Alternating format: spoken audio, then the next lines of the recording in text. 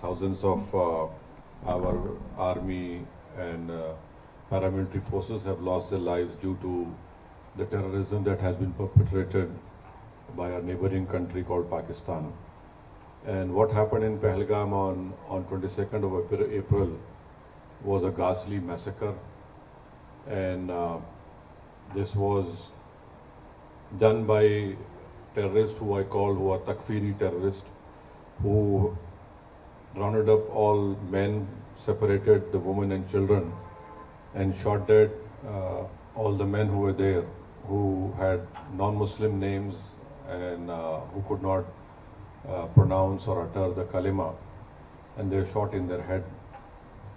So this was the most gruesome massacre which took place in recent history in India. And as a result, subsequently, you know that my government had to reply on the 8th of May, and we had hit 9 headquarters of proscribed terrorist organizations, which were proscribed by United Nations. And then subsequently, you know, developments that took place. The Pakistani DGMO had to call the India DGMO asking for a cessation of all firing. So we want to bring to your notice that Pakistan has been indulging in this terrorism for many, many years. And there has been many questions that why don't you speak to them? Why don't you talk to them?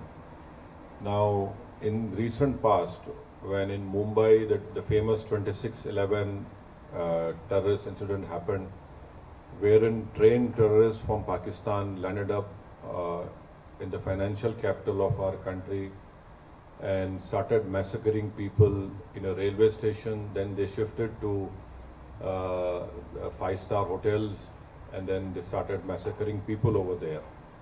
So fortunately for us, because of the bravery of the Mumbai police, one terrorist was caught alive. His name was Ajmal Kasab.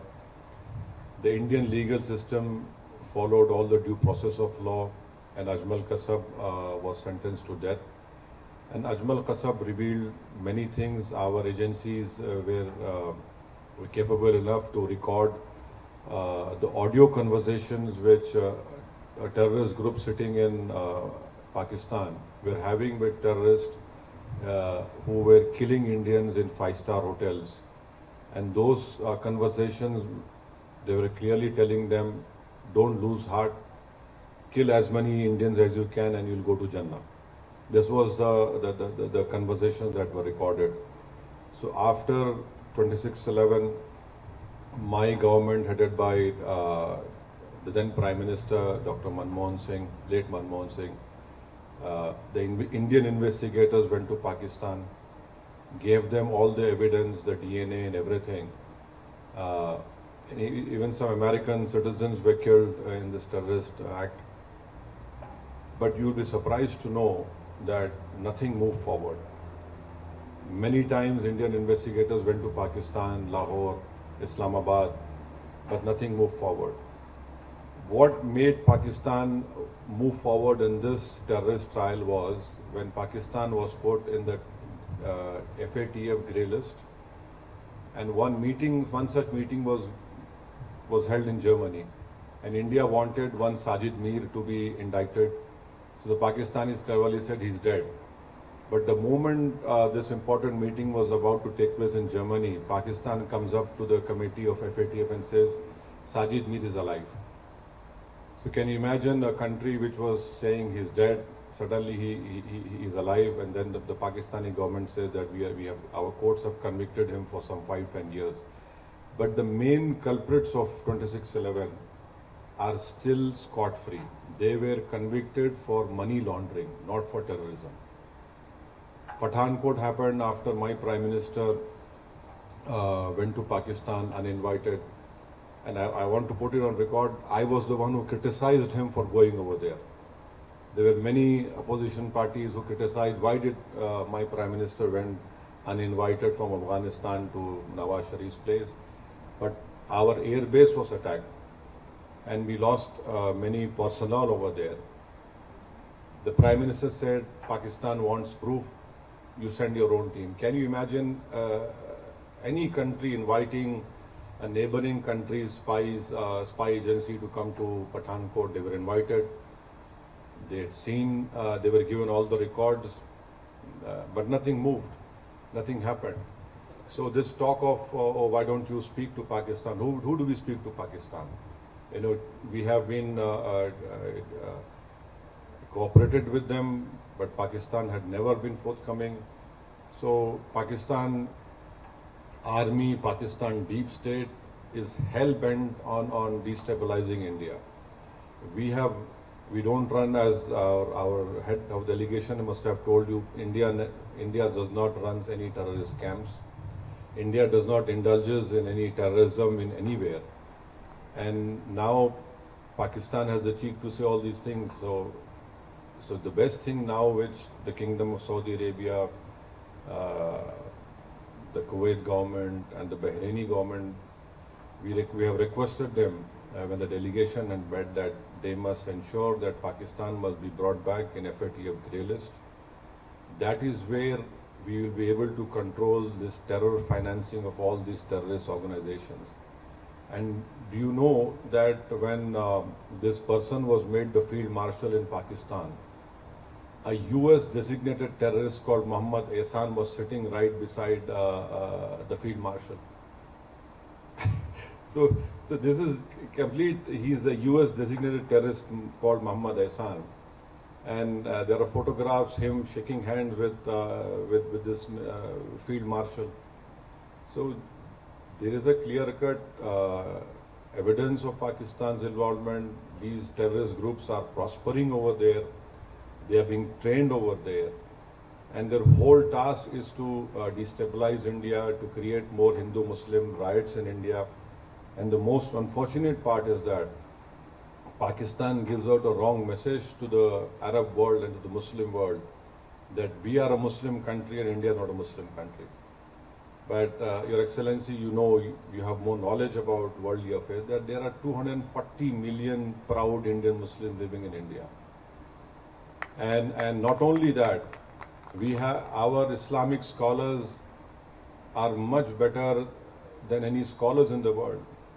They can speak the best of Arabic language. In fact, we have some famous Islamic scholars who have done great work in the Hanafi fiqh jurisprudence, and their judgments are accepted by the religious scholars of anywhere in the world. So this Pakistan's false propaganda that India is hurting us because we're a Muslim country, it is completely wrong. And in fact, Pakistan, if it stops these Takfiri terrorist groups, there will be stability in South Asia, there will be progress in South Asia. And Pakistan has put obstacles even in the SAARC. India wanted a bilateral railway agreement between all the SAARC countries. India wanted Bangladesh, India train, but Pakistan has always not allowed it. So we hope that our delegation, which is here on this purpose to request you to bring to your light what Pakistan has been doing in India, and this false propaganda of Pakistan that they have this great military prowess and nothing like that. What happened on the 9th?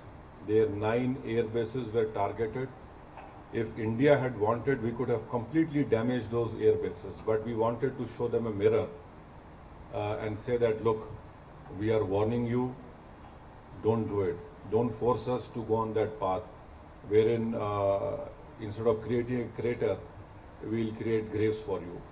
But 9 terrorist organizations' headquarters were targeted, and another shocking thing was this person who led the namaz-e-janaza of all those terrorists who were killed over there. The namaz-e-janaza was performed by a person who's again a designated US terrorist. And in namaz-e-janaza you have these proscribed organization members along with the Pakistani army. So this is a clear proof, and this TRF, which is a new name for LET, we had gone to the United Nations not once, 4 times, and told the United Nations Sanction Committee 1624 that This is a new name of this terrorist organization. We said this in December 23, we said this in now May 24, and unfortunately our fears had come true, and we lost 26 young people. A girl who got married 6 days ago became a widow on 7th day. So these are all tragedies which we have been facing. So for us, this is not a matter of to do politics. Yes, when we go back, we'll be opposing BJP, we'll be opposing Nishikant Dubey tooth and nail. But here, this is a matter of security of our country, integrity of our country, and we would request the Kingdom of Saudi Arabia also that you have faced terrorist acts in May 2003 and 8 years ago at Aramco, so we hope that, and also you know very well that the Ulema Council of Saudi Arabia have given a fatwa against terrorism. In that fatwa, they have clearly stated that financing of terrorism, you are complicit in the terror act. We hope that the Kingdom of Saudi Arabia has stood with us, and we are proud of the relationship which we have with Kingdom of Saudi Arabia. There are 2.7 Indians who are living over here comfortably, and they are part of, they send around about 6% of foreign exchange to India. There are many Indian companies who are investing in India. The bilateral trade is to the tune of $49 billion. I hope it increases. We are hoping that this relationship will be more prosperous, will be strengthened. We have a strategic relationship with Kingdom of Saudi Arabia. We have done naval exercises together. We have done, our armies have done exercises together. And His Highness the Crown Prince, when he came to India in 2019, had stated that they will be investing around about $100 billion in India. So yes, this is a great relationship which we have with Kingdom of Saudi Arabia, and we hope that Pakistan will be stopped from indulging in wanton terrorism in India. Their misadventures should end. It is not good for them also, because let me tell you very frankly that people of India are sick and tired of this terrorism being perpetrated by Pakistan, and Pakistan's deep state and military, and in fact you in Riyadh you have the Islamic nations ICMTC over here, and so it's an additionally very important that we stop Pakistan from what it is doing. We have no qualms. Let Pakistan grow. Let Pakistan be prosperous. Let Pakistan people's poverty be eradicated. Let Pakistan children don't get polio. But unfortunately, as someone had rightly stated, that every country has an army. The Pakistani army has got a nation now. So this is what they have been doing.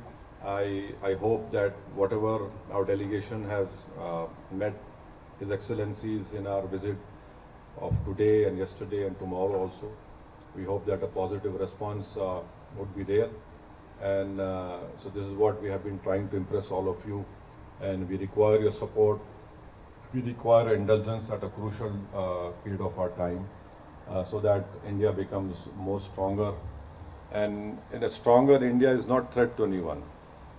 And Pakistan is a threat to, their deep state is a threat to humanity. So these are a few words I had to say. Thank you so much for allowing me to say what I have to say. Thank you.